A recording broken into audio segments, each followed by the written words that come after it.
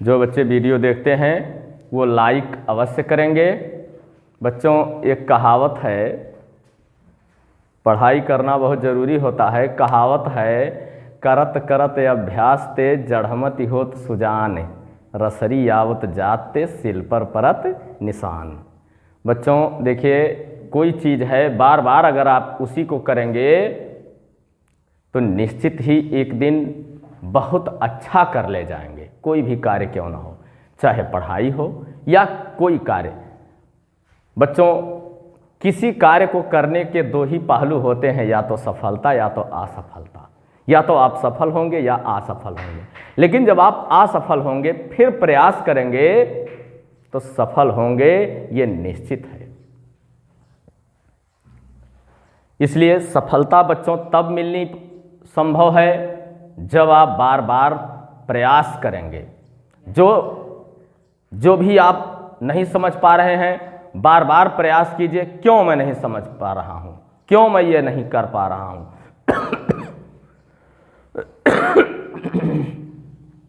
मुझे गणित समझ में क्यों नहीं आ रहा है।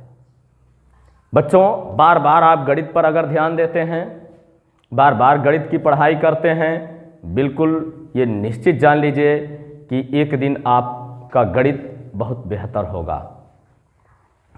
आइए देखते हैं, जो छूटा था बच्चों प्रश्न, उसको आज पढ़ाया जाएगा। कल चूँकि पूरा नहीं हो पाया था। 10वां है बच्चों, 10% वार्षिक ब्याज की दर से कितने समय में 200 रुपये 3 गुना हो जाएगा। इसमें बच्चों दर दिया हुआ है। 10वां प्रश्न है आपका, दर बराबर 10%। दर बराबर 10% वार्षिक दिया है बच्चों, 10% वार्षिक, और मूलधन दिया है 200 रुपये। 200 रुपये कारक कितने समय में 3 गुना हो जाएगा, तो मिश्रधन बराबर हो जाएगा बच्चों 2 गुणे 3, अरे 3 गुणे 200 बच्चों। 3 गुना माने 3 गुणे 200 बराबर 600 रुपये। ये मिश्रधन होगा बच्चों।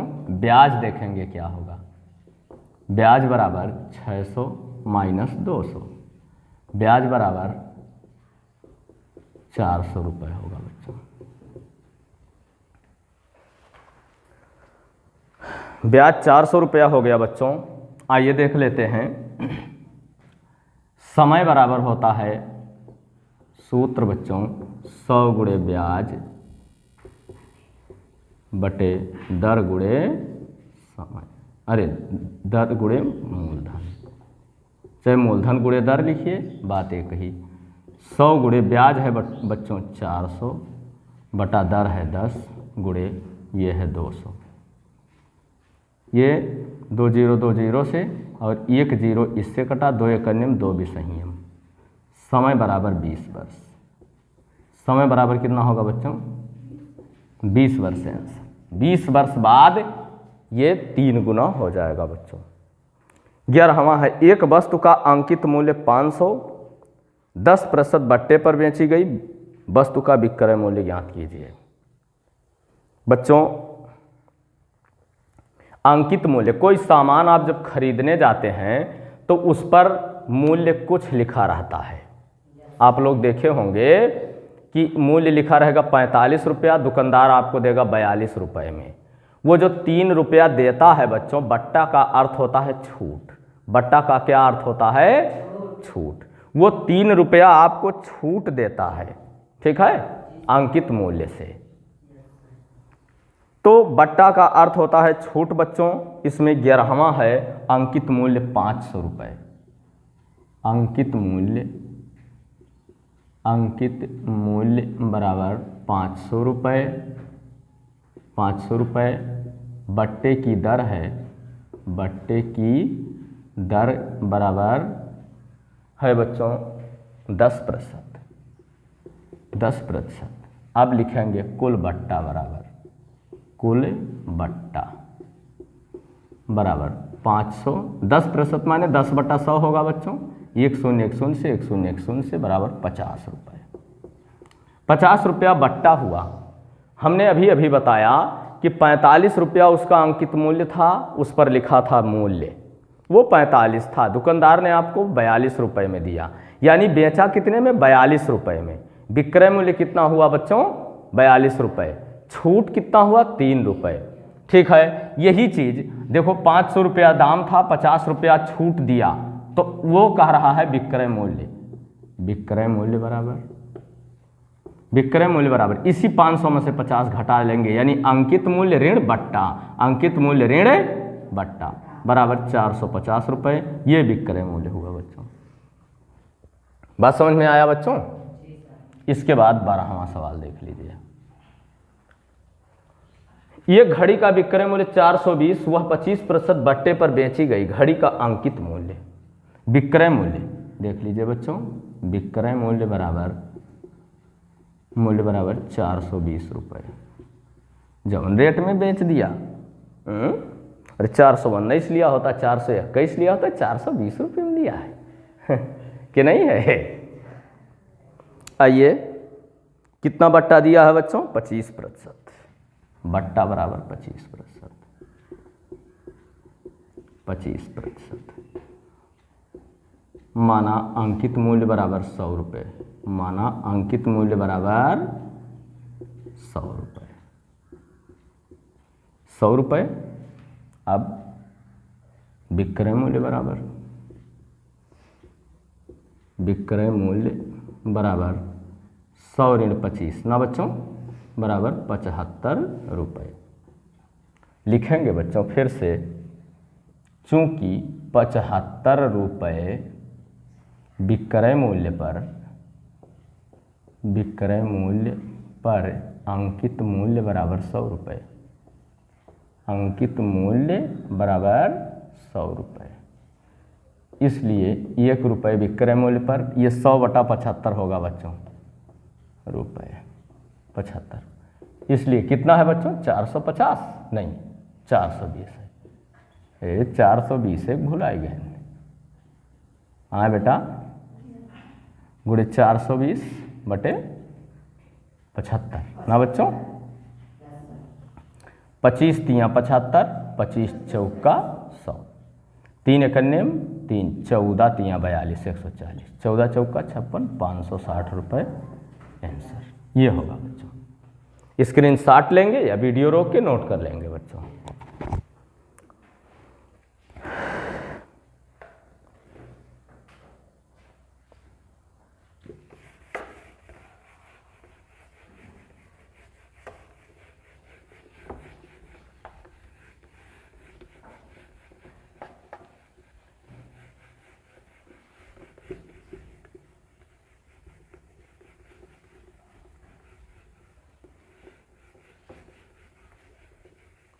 चलिए बच्चों, इसके बाद है एक सिलाई मशीन का अंकित मूल्य 830 रुपये। यह दुकानदार ग्राहकों को 20% बट्टा देता है, तो मशीन का विक्रय मूल्य, अंकित मूल्य 830 रुपये। 13वां, मशीन का अंकित मूल्य,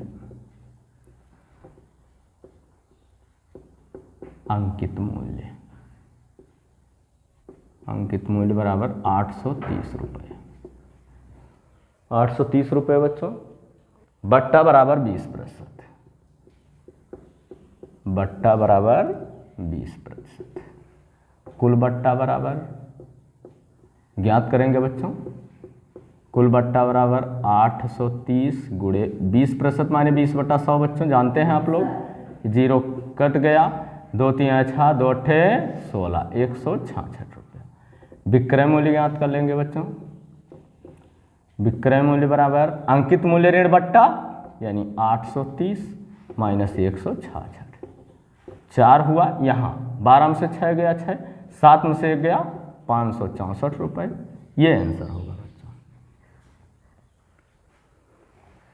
14वां देखते हैं बच्चों। एक पुस्तक का अंकित मूल्य 75 रुपये और दुकानदार उसे 60 रुपये में बेचता है। चलिए देखते हैं बच्चों, अंकित मूल्य बराबर, अंकित मूल्य बराबर 75 रुपये, अंकित मूल्य 75 रुपये, विक्रय मूल्य 60 रुपये, विक्रय मूल्य बराबर 60 रुपये। ठीक बच्चों, बट्टा ज्ञात कर लेंगे बच्चों, बट्टा बराबर 75 माइनस 60 ही होगा बच्चों। सूत्र लिखेंगे बट्टा बराबर अंकित मूल्य ऋण विक्रय मूल्य, ये 15 रुपये होगा बच्चों। ठीक है, चलिए देखेंगे। प्रतिशत बट्टा बराबर, चाहे बट्टा प्रतिशत बराबर, बात एक ही होगा बच्चों। बट्टा प्रतिशत बराबर 100 गुणे बट्टा, सूत्र है बच्चों, बटा अंकित मूल्य। अंकित मूल्य बराबर 100 गुणे बट्टा है हमारा 15 बटा कितना है बच्चों 75। 25 चौका 100, 25 तियाँ 3 एकने 3 पचे, 5 चौका 20% बट्टा मिला है आंसर। ठीक है बच्चों। इसके बाद 15वां है। 15वां है, एक रेडियो का अंकित मूल्य 500 तथा ग्राहक को 450 रुपये में उपलब्ध है। अंकित मूल्य बराबर 500 रुपये, अंकित मूल्य बराबर 500 रुपये, विक्रय मूल्य बराबर 450 रुपये। ठीक बच्चों, जो ग्राहक को दिया जाएगा वही तो विक्रय मूल्य होगा बच्चों, आप लोगों को पता है। ठीक है, अब बट्टा बराबर फिर उसी तरह से ये है, बट्टा बराबर 500 माइनस 450 यानी अंकित मूल्य ऋण विक्रय मूल्य, बट्टा बराबर 50 रुपये आए, प्रतिशत बट्टा ज्ञात करेंगे। प्रतिशत बट्टा बराबर 100 गुणे बट्टा, अरे बट्टा वो जो चाय पीते हैं वो बट्टा नहीं बच्चों, वो तो हमारे देहाती भाषा का बट्टा है, उसको कुल्हड़ कहा जाता है। ठीक है, यह है अंकित मूल्य बटे अंकित मूल्य। हाँ नहीं, उसी को कहो बट्टा। प्रतिशत बट्टा बराबर हो जाएगा बच्चों 100 गुणे बट्टा है बच्चों 50 बटा ये है 500। 1 0 1 0 से 1 0 1 0 से ये 5 5 से बराबर 10% आंसर। वीडियो रोकेंगे बच्चों या स्क्रीनशॉट लेके इसको नोट कर लेंगे।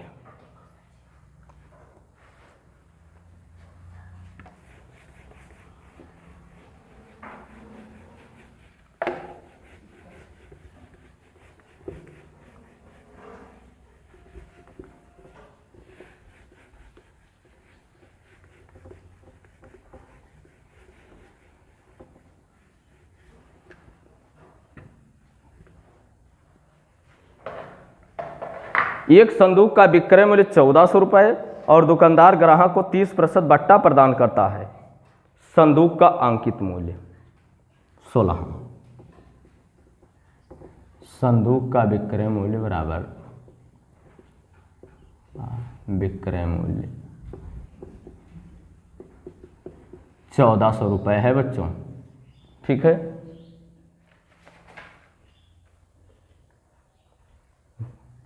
बट्टा बराबर 30%, बट्टा बराबर 30%। फिर इसमें मानना पड़ेगा बच्चों, माना अंकित मूल्य बराबर अंकित मूल्य। बच्चों जैसा क्रय मूल्य जब पूछता था विक्रय मूल्य दे करके, तब आप क्रय मूल्य मानते थे, ठीक उसी प्रकार से इसका भी विक्रय मूल्य दिया, अंकित मूल्य पूछ रहा, तुरंत मानेंगे बच्चों। माना अंकित मूल्य बराबर 100 रुपये। ठीक है बच्चों, विक्रय मूल्य बराबर 100 ऋण 30 बराबर 70। ठीक बच्चों, लिखेंगे चूंकि 70 रुपये विक्रय मूल्य पर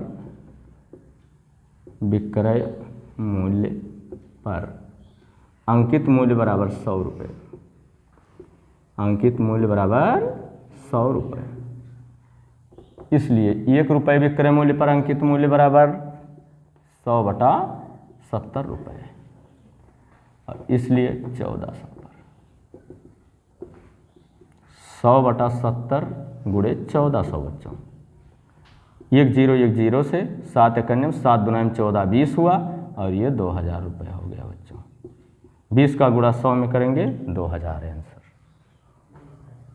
कहीं कोई दिक्कत तो नहीं हुई बच्चों? चैप्टर आपका पूरा हुआ।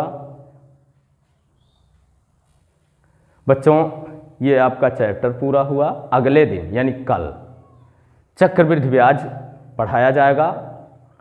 चक्रवृद्धि ब्याज है बच्चों, अभी तक आपने साधारण ब्याज पढ़ा, लेकिन अब चक्रवृद्धि ब्याज कल पढ़ेंगे। बच्चों चक्रवृद्धि ब्याज बहुत ही पेचीदा होता है। आगे जितने आप आगे बढ़ेंगे चक्रवृद्धि ब्याज उतने अच्छा पढ़ने को मिलेगा आपको, और पढ़ाया भी जाएगा यूट्यूब के माध्यम से। बच्चों आप लोग बैठ करके देखेंगे, इसमें कहीं कोई दो राय नहीं। बच्चों देखो, ज़रूरी ये है कि आपको पढ़ना होता है, पढ़ाई बहुत ज़रूरी होता है बच्चों, और परिश्रम चाहे जितना हो परिश्रम करना होता है बच्चों। अगर परिश्रम से कोई फल मिलता है तो वो फल मीठा लगता है, अच्छा लगता है। किसी कवि ने लिखा भी है बच्चों, देखो कोई काम आसान नहीं समझना चाहिए। बात समझ में आ रहा है? लिखा है उस कवि ने कि उस पथिक के पथ की परीक्षा क्या, जिस पथ पर बिखरे सूल न हो, और उस नाविक की धैर्य परीक्षा क्या, जब धाराएं प्रतिकूल ना हों। बच्चों तालाब का पानी रुका हुआ होता है, उस पर नाव चलाना हो तो कोई भी चला सकता है, लेकिन अगर नदी की धारा तेज चल रही हो और उसमें नाव चला करके जो नाविक इस पार से उस पार कर दे, वही कुशल नाविक होता है। पथ पर आराम से आप चल रहे हैं, पथ अच्छा हो तब तो चलने में कोई कठिनाई नहीं है, लेकिन बच्चों अगर उस पर कांटे बिछे हों, ना कांटा बिछा हो, कोई ज़रूरी नहीं कि कोई आके सत्यार कांटा बिछाया हो, लेकिन अगर रास्ता गड़बड़ है, उस रास्ते पर अगर आप चल ले रहे हैं तभी आप एक पथिक हैं। बाइक चलाते हैं, नेशनल हाईवे पर बहुत तेज चलाते हैं, अपनी क्षमता, जितना लोग सोचते हैं कि हमारी इतनी क्षमता है हम इतने में गाड़ी रोक लेंगे, उससे भी कहीं ज़्यादा तेज चला लेते हैं। लेकिन अगर उसी रास्ते पर गिट्टी बिछा हो बच्चों, बड़ा बड़ा बोल्डर, तो आप देखते होंगे 2 किलोमीटर जाते जाते व्यक्ति गिर पड़ता है। उस रास्ते पर चलाना, अगर कहीं मान लीजिए चक रोड है, जा रहे हैं, कच्चा रास्ता है और बारिश हुआ है, खूब स्लिप कर रहा है, जाने में काफ़ी कठिनाई होती है, उस रास्ते पर जो लोग बहुत तेज चलाने का प्रयास करते हैं वो तुरंत गिरते हैं।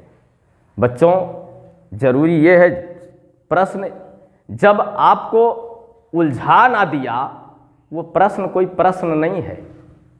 प्रश्न वो है जो आपको उलझा दे। कहीं कोई समीकरण लिखा हुआ उसको हल कर दिया आपने, वो बहादुरी नहीं है बच्चों। जब कहीं कोई टिप्पणी लिखा हुआ है उसको पढ़ करके आप समझे, समझ करके समीकरण बनाए। समीकरण जब बन के तैयार होता है तब जब आप हल करते हैं, तब उस प्रश्न को हल करने का आनंद कुछ और होता है बच्चों। और समीकरण लिखा है उसको हल करना बहुत बहादुरी का काम नहीं है बच्चों। ये टिप्पणी समझना, समझ करके उसका हल निकालना, ये बहादुरी का काम है बच्चों। इसलिए परिश्रम और मेहनत कीजिए, हमारे YouTube चैनल के साथ बने रहिए, वीडियो को लाइक कीजिए, आगे फॉरवर्ड करते रहिए, जिससे कुछ अन्य बच्चों को पढ़ने का अवसर मिले बच्चों। अब इसी के साथ अगले दिन